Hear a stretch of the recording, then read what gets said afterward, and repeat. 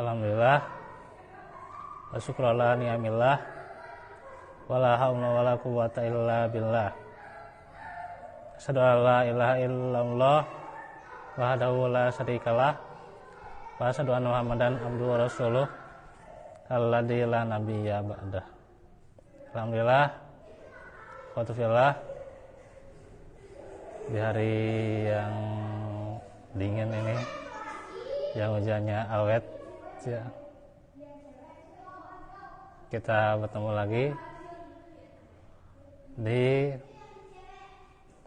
Selasa yang ketiga di bulan Oktober yang tentunya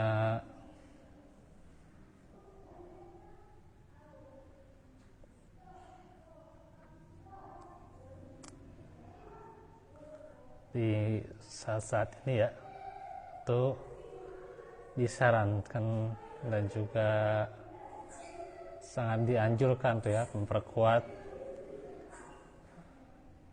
antibodi ya, memperkuat imunitas ya. Salah satunya imunitas tubuh ya. Nah seperti ini juga sebenarnya memperkuat imunitas ya, itu imunitas iman gitu. Jadi bukan hanya imunitas itu, imunitas tubuh ya, imunitas body ya, antibody gitu. Tapi imunitas iman gitu ya. Dan juga imunitas tubuh tentunya, karena tanpa imunitas iman ya, imunitas tubuh juga tidak akan kuat ya. Bukan hanya imunitas tubuh saja yang harus kita jaga ya gitu. Ya di kala ini ya alhamdulillah gitu ya, dengan takdir Allah kita dimudahkan, saudara-saudara kita ada yang terkena diare gitu ya, dan juga ada yang untuk batuk gitu ya. Nah, kita doakan tentunya supaya Allah memberikan kepada mereka kembali kesembuhannya.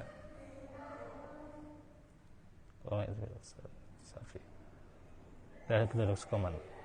Baik, hari ini kita lanjutkan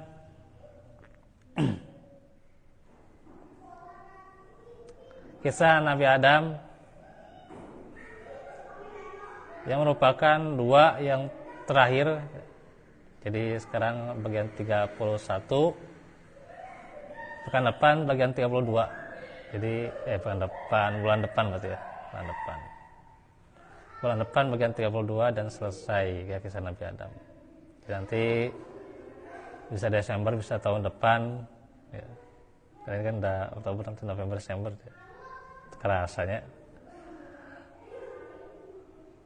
tahun depan itu sudah kita mempelajari tentang Rasul ya. Nanti masuk ke Nabi Nuh gitu ya.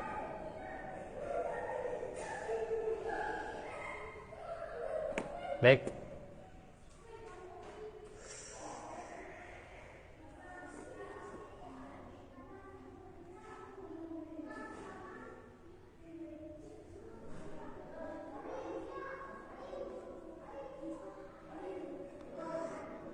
Nah, kita sudah waktu kemarin membahas Qabil dan Habil ya. Nah, sekarang bagaimana Qabil dan Habil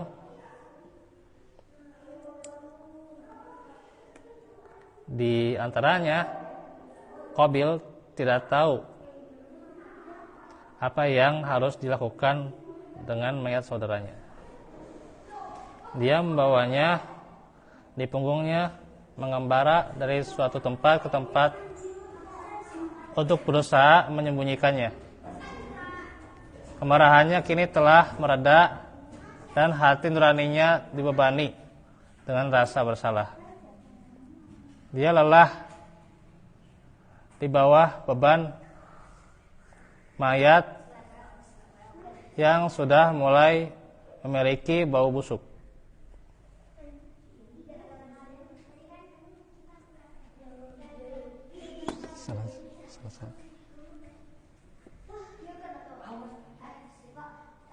Sebagai rahmat dan untuk menunjukkan bahwa martabat bisa dipertahankan bahkan dalam kematian, Allah mengutus dua gagak yang mulai berkelahi yang menyebabkan kematian salah satunya. Burung yang menang menggunakan paruh dan cakarnya untuk menggali lubang di tanah, menggulingkan korbannya ke dalam dan menutupinya dengan pasir. Menyaksikan ini, Qabil merasa malu dan menyesal. "Celakalah aku," serunya. "Aku tidak mampu untuk melakukan apa yang telah dilakukan oleh gagak ini, yaitu untuk menyembunyikan mayat kakakku." Kemudian Qabil memakamkan saudaranya. Ini juga merupakan penguburan pertama manusia. Allah mengungkapkan di surah Al-Maidah ya.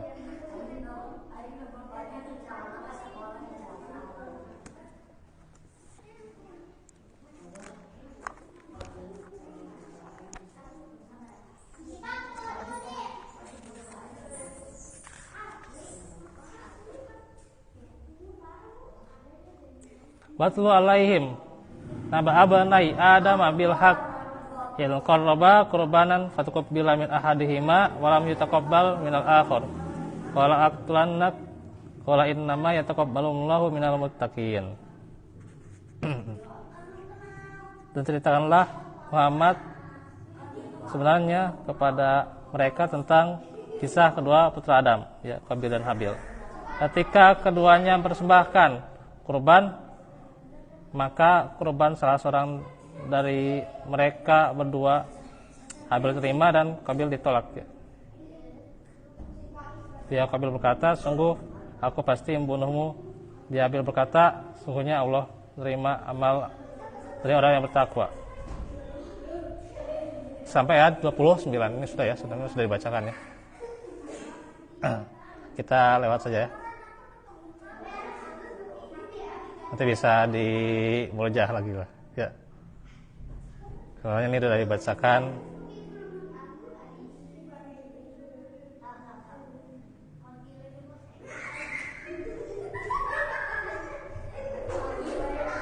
Al-Maidahnya 27 sampai 31 ya. Ini dua kali.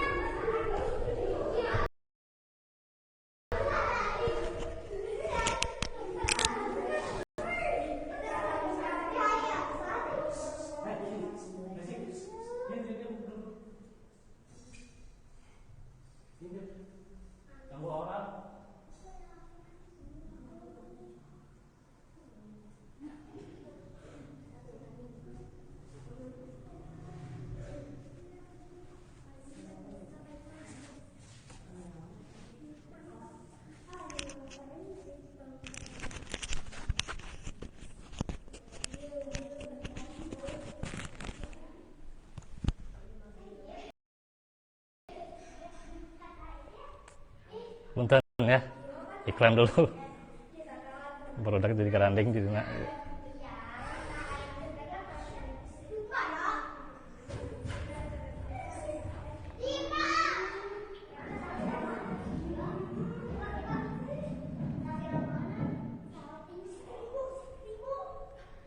Jadi ayatnya 27 sampai 31 ya. Ini udah dijelaskan ya.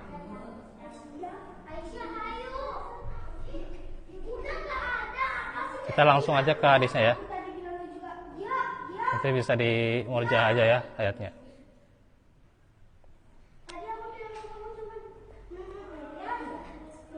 Ibnu Abbas, Ibnu Mas'ud radhiyallahu anhum dan sekelompok para sahabat Nabi Muhammad meriwayatkan bahwa pernikahan antar laki-laki dari satu kehamilan dengan perempuan dari kehamilan lain telah dipraktikkan di antara anak-anak Adam. Habil ingin menikahi adik Qabil, tapi Qabil menginginkannya untuk dirinya sendiri karena dia sangat cantik. Adam memerintahkan dia untuk merelakannya menikah dengan saudaranya, tetapi ia menolak. Adam memerintahkan mereka berdua untuk persembahkan kurban, kemudian pergi ke Mekah untuk menunaikan ibadah haji. Setelah Adam pergi, mereka mempersembahkan kurban mereka. Habil mengorbankan domba yang gemuk, dia adalah seorang gembala, sedangkan Qabil menawarkan seikat gandum terburuk ya. Jadi kan Adam juga pernah haji ternyata ya. Jadi jangan nyangka kalau haji saat itu baru di zaman siapa? Ibrahim. Adam juga pernah haji ya. Nah ini harus banyak kita baca ya kisah-kisah para nabi ya gitu.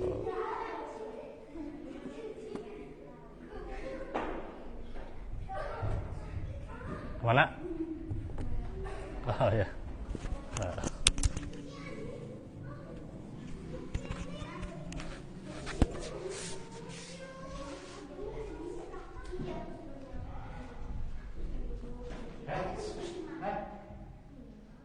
Kalian teh udah dibilangin diam dulu ganggu orang lain, yang ngaji nggak fokus, udah diam duduk aja.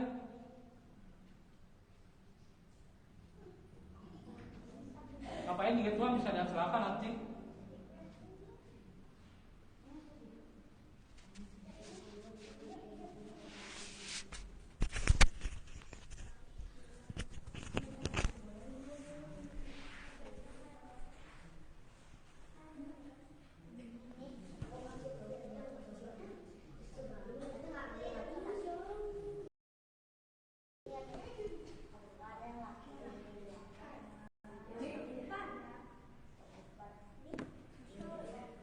Kita lanjutkan lagi ya.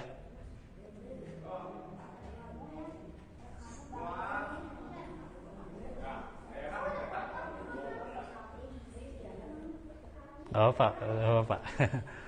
Anak-anak jadi tanggung jawab saya ya, walaupun saya udah lama ngajar di sini anak-anak ya.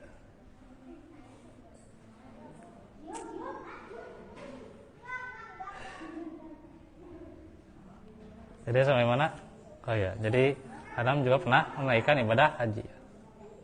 Jadi Adam juga pernah menunaikan ibadah haji ya, gitu. Gitu.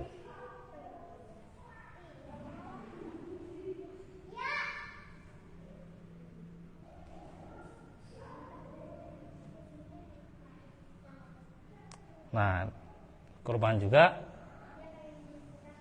pernah dijalankan oleh dua putra anak Adam.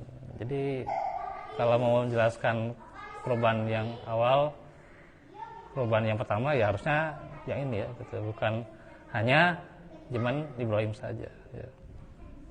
Ini ya. Kadang kita kurang pengetahuan tentang kisah-kisah para nabi, tentang sirah, tentang tarikh. Itu kita kurang sekali. Ya. Jadi bahkan apalagi mengada-ada ya gitu. Ini yang berbahaya ya gitu.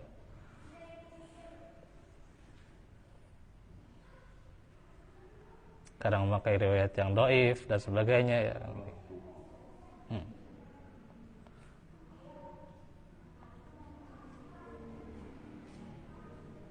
Nah,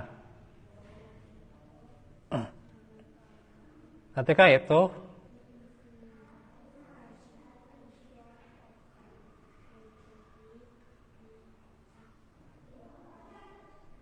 Nah, ini sebenarnya sudah dijelaskan lagi ya. Cuma diulang-ulang lagi di sini juga di penjelasannya ya. Jadi Habil akan membunuh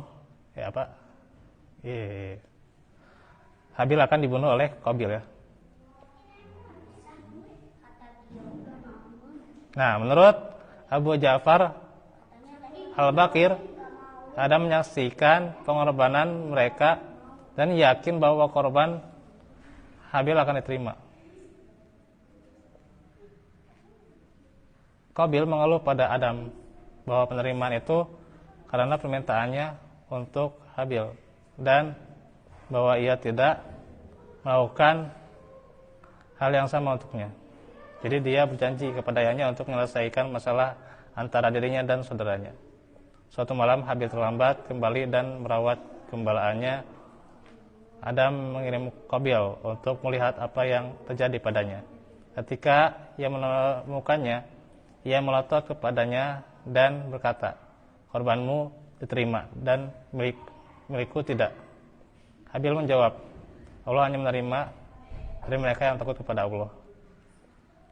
Qabil menjadi marah ketika mendengar ini dan memukul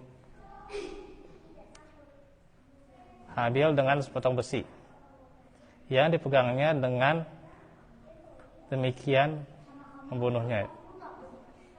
Dalam versi lain dikatakan pula bahwa ia membunuhnya dengan batu ke kepala saat dia sedang tidur. Nah, itu ya. Nah, nasihat Adam kepada anak-anaknya, Adam benar-benar sedih ya, karena kehilangan kedua putranya. Yang satu sudah meninggal, yang lainnya dimenangkan oleh setan. Maksudnya bagaimana Qabil dimenangkan oleh setan karena irinya, ya, sifat irinya. Adam berdoa bagi putranya dan beralih ke hal-hal duniawi karena ia harus bekerja keras untuk rezekinya.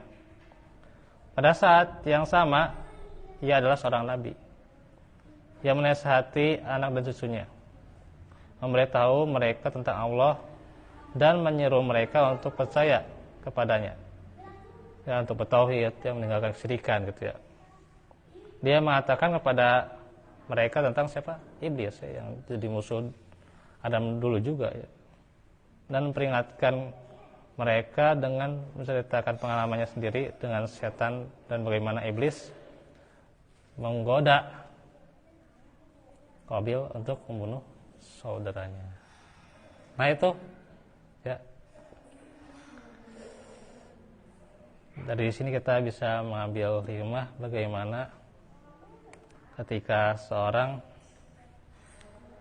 terbawa godaannya oleh setan, yang otomatis dia akan menyesal ya. Menyesal hidupnya, apalagi tentunya tobatnya tidak akan diterima. Tidak ada yang menjelaskan bagaimana Qabil apakah diterima, apakah dia bertobat ya dan tobatnya diterima. Tidak ya, tidak ada. Yang dijelaskan adalah Qabil membunuh saudaranya, korbannya tidak diterima ya gitu. Nah, sehingga disinilah walaupun dia menyesal ya, karena dia sudah terlanjur terbawa oleh setan, maka tentunya terus setan akan menghinggapi ya. Tidak akan pernah berhenti. Karenanya kita harus benar-benar sadar sebagai seorang hamba, jangan sampai terbawa oleh godaan setan, godaan iblis ya. Di masa-masa seperti ini apalagi ya itu. Tentunya kita beruntung sekali ya. Kalau saja di sini pada jauh gitu ya, berat gitu ya. Apalagi hujan gitu ya gitu. Di supermarket. Jadi godaannya berat ya. Alhamdulillah gitu ya, dengan kondisi yang dekat ya. Kaum barudak ke gaya gitu ya. Sudah datang lebih dulu gitu ya. sebenarnya apa bapak-bapak mengeluhkan gitu orang teti awal gitunya gerandeng di ganggu ngaji gitu dan sebagainya gitu. Ya itulah saya tidak bisa mencegah ya gitu. Jadi terus semangat ya gitu. Ya bukan berarti ini ya gitu tidak bisa apa amar ma'ruf nahi munkar enggak ya gitu ya. Karena bukan saya gurunya ya. Kalau saya gurunya, kalau saya teruskan gurunya jadi guru di sini, insya Allah ya. Tapi kan saya bukan gitu ya. Saya tetap karena dulu di sini saya jadi tanggung jawab gitu ya. Gitu. Jadinya. Jadi inilah semangat ya, semangat kita jangan sampai terbawa iblis ya, bawa setan di masa sore ini ya jadi malas ngaji gitu ya. Saya jauh nih ya, luar biasa yang jauhnya gitu ya. Dalam perjalanan dengan dengan apa? Dengan jas hujan gitu ya gitu. Jas hujannya juga sudah sobek lagi. Gitu.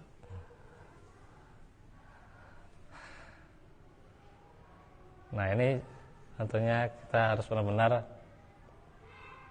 apalagi berkhidmat pada ilmu ya, berkhidmat pada guru, setia gitu ya, gitu.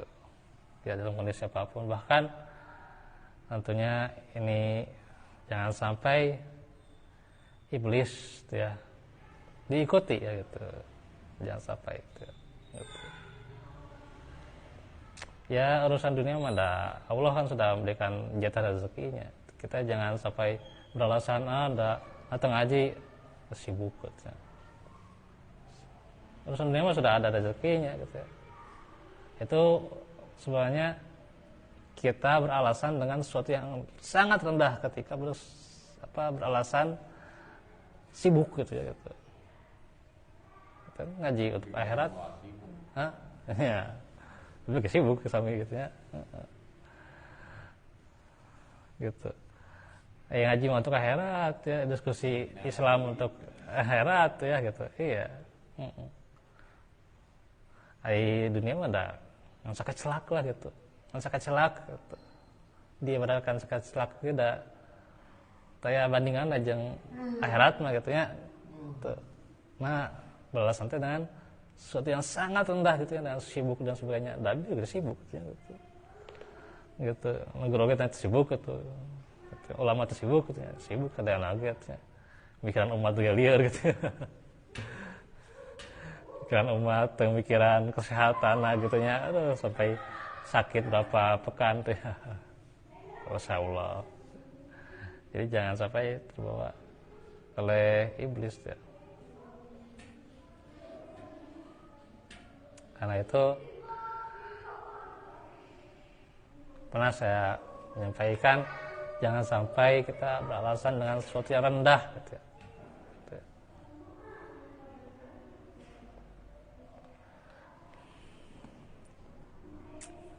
Apalagi cuma hanya karena dunia yang ya tidak ada apa-apanya lah gitu. Waktu kita banyak gitu ya. Jangan sampai kewajiban terbengkalai gitu ya.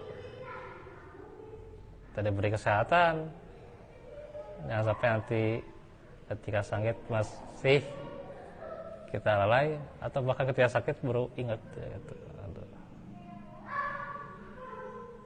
Ini ya jangan sampai kelalaian karena perbuatan setan ini emang luar biasa ya gitu dari niatnya ya gitu. Dia ingin menggoda manusia semuanya ya ajmain.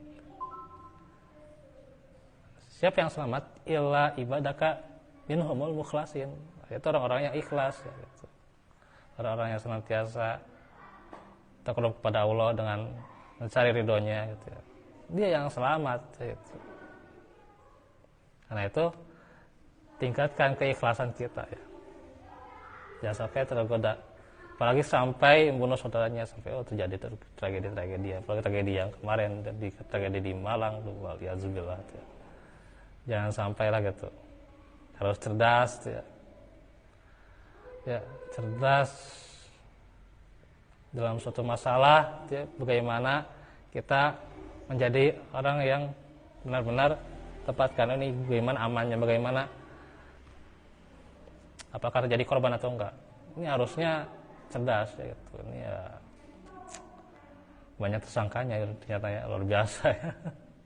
Sampai berapa orang gitu ya, luar biasa. Nah, ini harusnya jangan sampai terjadi ya, sampai membunuh yang seperti itu ya gitu. Itu kan masalah yang perkara yang sangat besar ya. Ya Islam itu kan menghargai yang namanya darah, kehormatan, harta, kan sangat menghargai ya. Apalagi dengan saudara kita sesama muslim ya gitu. Dengan orang-orang kafir saja kita tidak boleh mengganggu ya. Tidak boleh mengganggu ibadah mereka. Sampai membunuh mereka juga tanpa alasan tidak boleh juga gitu. Ya, tanpa alasan yang benar ya, tidak boleh juga kita mengganggu, apalagi sama saudara kita ya gitu. Nah, ini gitu ya. Nasihat buat kita nih ya. Bagaimana pertebal keimanan kita, pertebal kebaikan kita. Ya pagi intinya masuk juga pertebal tubuh kita. Dan pertebal kebaikan harus ada dompetnya juga ya. Tapi gitu saja dahulu mungkin. Karena maghrib juga setengah jam lagi ya. Waalaikumsalam. Insyaallah kita lanjutkan besok di hari Rabu ya. Jadi besok tentang, memang ada usulan ya itu, bahas tentang ta'aruf itulah. Kalau nggak bisa sebulan sekali, 3 bulan sekali ya, enggak lah. Soalnya kan lumayan kalau saya kan nyari materi gitu ya, nyari materi. Kemudian tentang ta'aruf kan, kalau sudah bahas ta'aruf tentang pernikahan kita harus siap, antum harus siap kan gitu. Masalahnya ya masalah kayak kia turunnya kayak jangan siap. Iya menjadi ya tanya persoalan teh itu ujiannya justru yang paling banyak itu adalah ikhwan, itu yang paling banyak. Nah, makanya nanti harus benar-benar siap dulu mental kita gitu ya. Nah berarti nanti jangan dulu bahas tentang ta'aruf gitu. Kalau mau besok bahasnya tentang kesiapannya dulu. Itu tentang kesiapannya dulu. Kesiapannya udah siap belum ya? Ya ta'aruf can siap mah ada kayak si awena seminggat tipayun tuh ya. Nah itu ya. Kita tutup dengan doa. Rabbana atina fid dunya hasanah wa fil akhirati hasanah wa qina adzabannar. Rabbana hab lana min azwajina wa dzurriyyatina qurrata a'yun waj'alna lil muttaqina imama. Rabbana la tuzigh qulubana ba'da idh hadaytana wa hab lana min ladunka rahmah innaka antal wahhab. Subhanaka Allahumma wa bihamdika la ilaha illa anta astaghfiruka wa atubu ilaik. Assalamualaikum warahmatullahi wabarakatuh. Waalaikumsalam warahmatullahi wabarakatuh.